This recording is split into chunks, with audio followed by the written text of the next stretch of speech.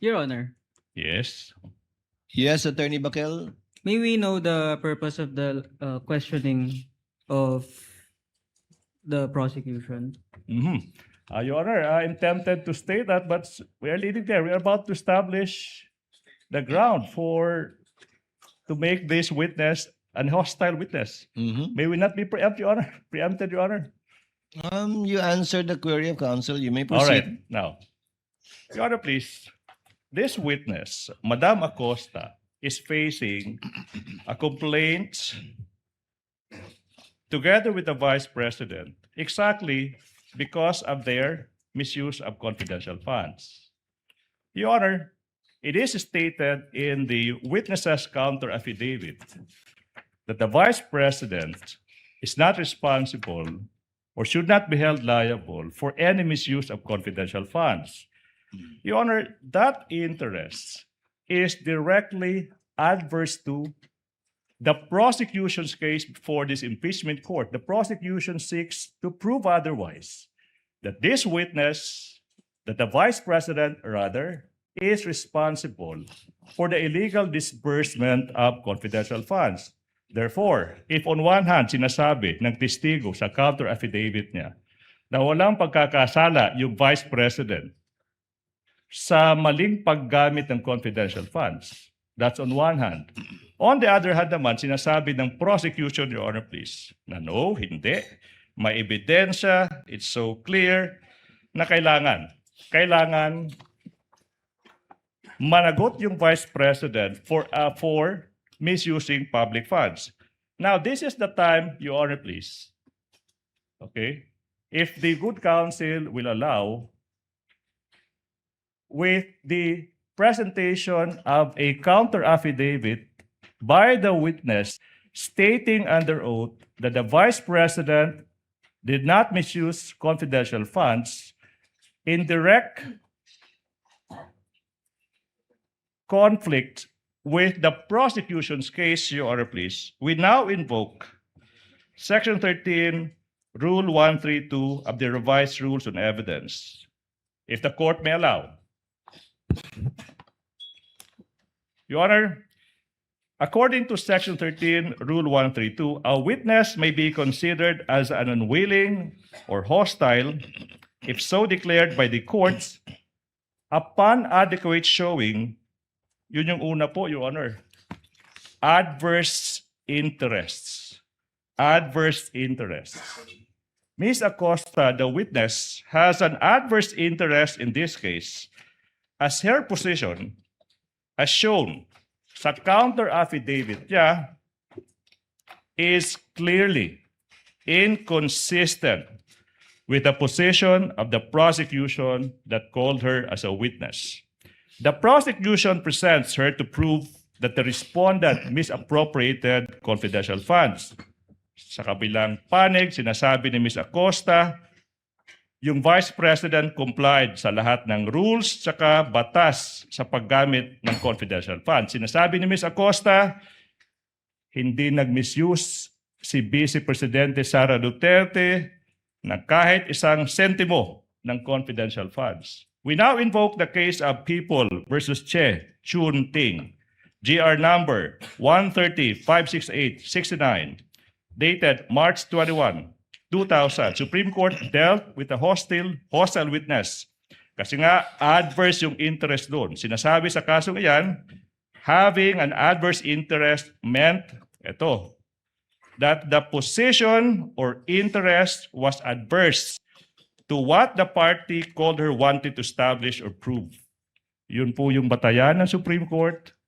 Kung yung posisyon ng isang witness is salungat sa posisyon ng partidong nagpapatawag sa kanya, sa kasong iyan, sabi ng Supreme Court, established na po yung requirement ng adverse interests sa ilalim ng rules of courts.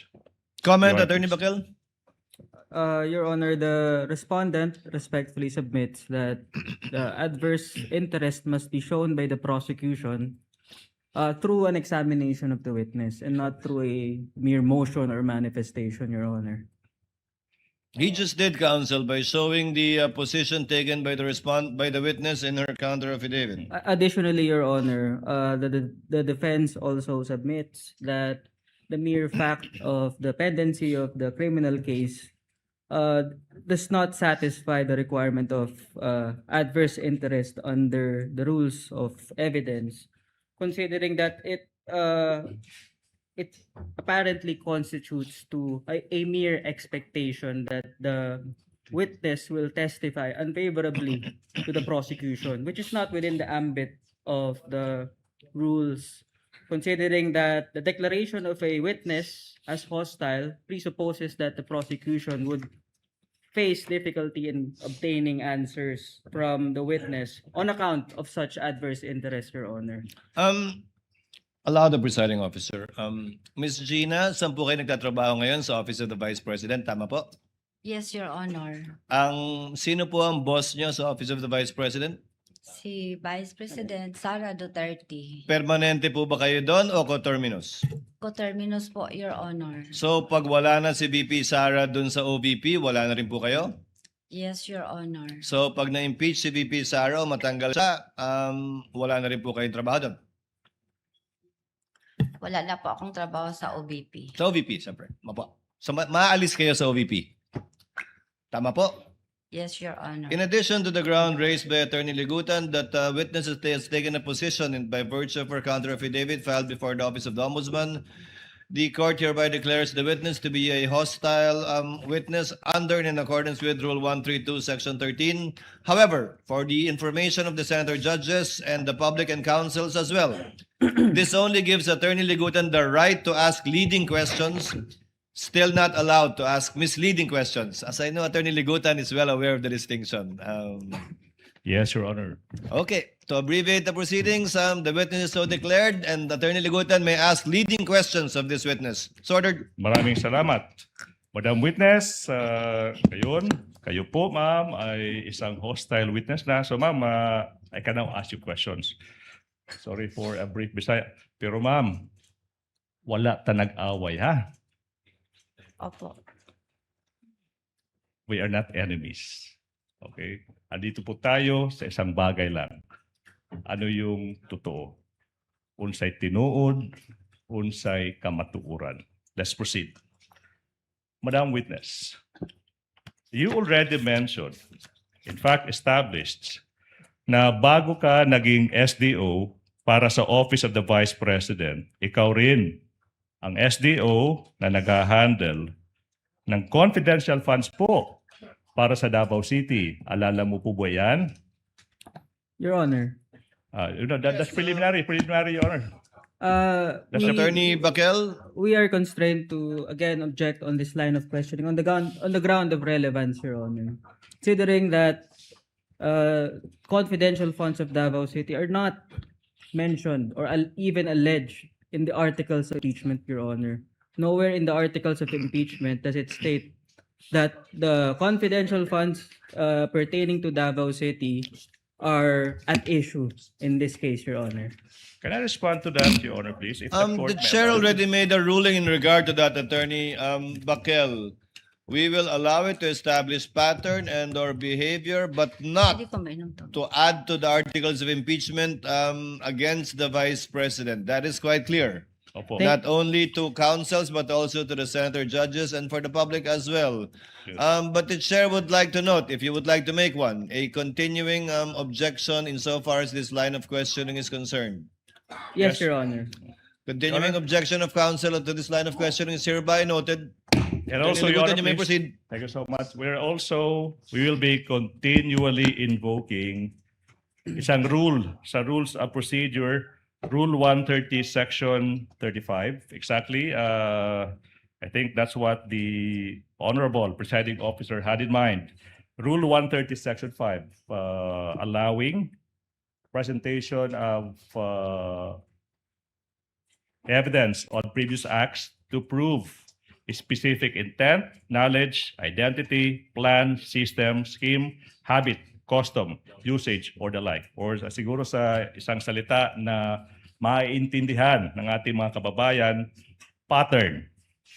May pattern. May proceed, Your Honor. You may proceed, Counsel. Thank you. So therefore, Madam, yung paghahandle po ng confidential funds, hindi na bago sa inyo. Tama po ba? Ano po, Your Honor, familiar lang po ako sa pagiging SDO, SDO. Special Disbursement Officer. All right, now. And ma'am, familiar din po kayo sa mga dokumento or reports na kailangan ihanda bago po magamit ng isang opisina gaya ng Office of the Vice President ng confidential funds. Tama po ba? Opo, Your Honor. Opo. Thank you so much, ma'am. In fact, madam, you are familiar with Joint Circular 2015-01. In particular, nakasaad dyan, paragraph 4.2. May we be allowed, Your Honor, please, ayan. Ma'am, nakasulat po sa paragraph 4.2 ng Joint Circular 2015-01 na lahat ng allocations ng confidential funds dapat supported by yung unang dokumento, ma'am, nakasulat dyan, physical and financial plan. Familiar po kayo sa provision na ito, ma'am, di ba? Yes, Your Honor. Okay, ma'am, salamat po. Now, according sa provision na ito, ang pagdi-disperse, okay, ang paggagamit. Ma'am, what's Bisaya for disbursement, kung alam niyo po? Ano ba yung Bisaya? What term do we use, Cebuano Bisaya, for disbursement? Ang pag-release, Pag-release. Okay. Kailangan base yan sa physical and financial plan. Okay? Therefore, hindi po pwede na may marirelease na confidential funds kung walang tinatawag na PFP. No? Physical and financial plan. Tama po ba? tama po, Your Tama Honor. po, ma'am. Di po ba, ma'am, kinukumpirma mo na para sa ika-4 at huling quarter ng 2022 para ma-release yung 125 million pesos na confidential funds, sinasabi nyo, nag-comply naman yung Office of the Vice President sa kinakailangang physical and financial plan. Tama po ba? Yes, Your Honor. Tama po ba? Now, in fact, ma'am, pumirma ka at nagsumite kayo ng isang physical and financial plan na yung petsa is December 13, 2022. Tama po ba, ma'am? Di ko maalala exactly ang number, Your Honor, pero naghimot mi og physical financial plan.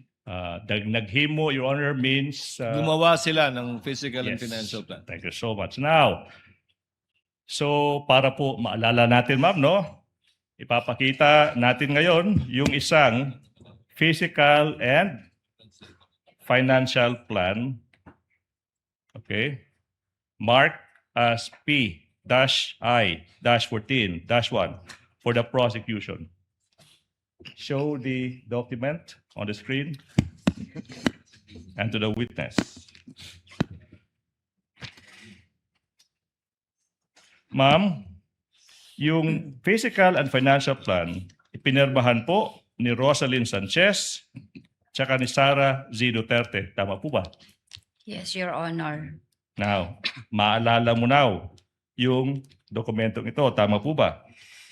Yes, Your Honor. And then base sa dokumentong ito, ma'am, sinasabi dyan, ikaw yung tinatawag natin na Project Accountable Officer. Tama po ba? Opo, Your Honor. Mhm. In fact, ma'am, you will also confirm na pinirmahan niyo po yung PFP as the Project Accountable Officer. Nakasulat dyan, ma'am, mo. Ma'am, di ba, ma'am, nakasulat dyan? Opo. Prepared by. Ibig sabihin, kayo po, ma'am, yung nag-prepare ng PFP. Based sa Kasama, document. Yes, Your Honor, pero during paghimuan ni Your Honor, kasama ko po ang aming security officer, Your Yes. Honor. By paghimo namuan, it means while we were making this, I was with Ah, our security officer. Yes, sir. Ma'am, tama po yung interpretation ko, di po ba? kasama ko po ang aming security officer, Your Honor, kasi sa kanya po ako naghihingi ng mga inputs or guidelines ma'am. in preparation for the Yes, ma'am. physical financial plan. Maraming salamat for that. But we will go into that, ma'am, ha? We will go into that. Aabot po tayo sa punto niyan.